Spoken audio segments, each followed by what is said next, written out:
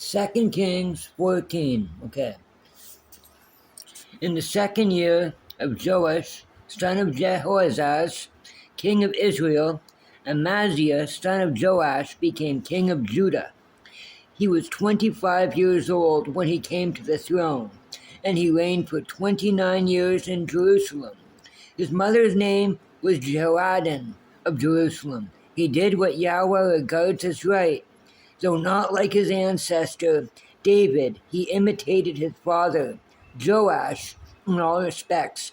And the high places, however, were not abolished, and the people still offered sacrifices and incense on the high places. Once the kingdom was firmly under his control, he killed those of his retainers who had murdered the king, his father.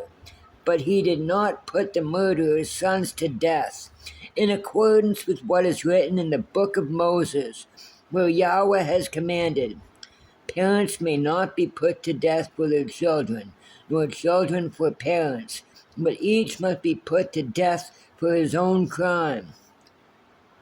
It was he who slaughtered the Edomites in the valley of Salt, 10,000 of them, and captured the rock. He gave it the name Joktheel, which bears to the present day. Amaziah then sent messengers to Joash, son of Jehoahaz, king of Israel, saying, "Come and make a trial of strength." Jehoash, king of Israel, sent back word to Amaziah, king of Judah. The Sisal of Lebanon sent a message to the cedar of Lebanon, saying, "Give my son your daughter in marriage." But a wild animal of the Lebanon ran over the Sisal and squashed it. "You have conquered Edom, and now aspire to even greater glory. Stay where you belong. Why provoke disaster to your own and Judah's ruin?"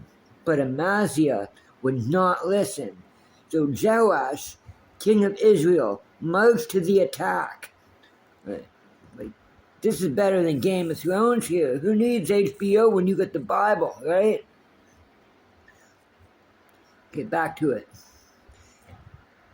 And at Beth Shemesh, which belongs to Judah, he and Amaziah, king of Judah, made the trial of strength.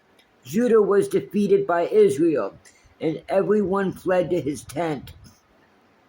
The king of Judah, Amaziah, son of Joash, son of Ahaziah, was taken prisoner at Beth Shemesh by Jehoash, king of Israel, who led him off to Jerusalem, where he demolished 400 cubits of the city wall between the Ephraim gate and the corner gate. All the gold and silver and all the vessels to be found in the temple of Yahweh and in the palace treasury, and hostages besides, he then took back with him to Samaria. The rest of the history of Joash, his entire career, his prowess, how he waged war on Amaziah, king of Judah, is this not recorded in the book of Annals of the king of Israel? Then Joash fell asleep with his ancestors and was buried in Samaria with the kings of Israel. His son Jeroboam succeeded him. Amaziah, son of Joash, king of Judah, lived for 15 years after the death of Joash, son of Jehoahaz, king of Israel. The rest of the history of Amaziah, is this not recorded in the book of the Annals of the kings of Judah? A plot having been hatched against him in Jerusalem. He fled to Lachish, but he was followed to Lachish, where he was murdered. He was then transported by horse and buried in Jerusalem with his ancestors in the city of David. All the people of Judah then chose Uzziah, who was 16 years old, and made him king. He was awfully young to become king, in succession to his father Amaziah. It was he who rebuilt Elath, recovering it for Judah, after the king had fallen asleep with his ancestors. The word of the Lord. Thanks be to God.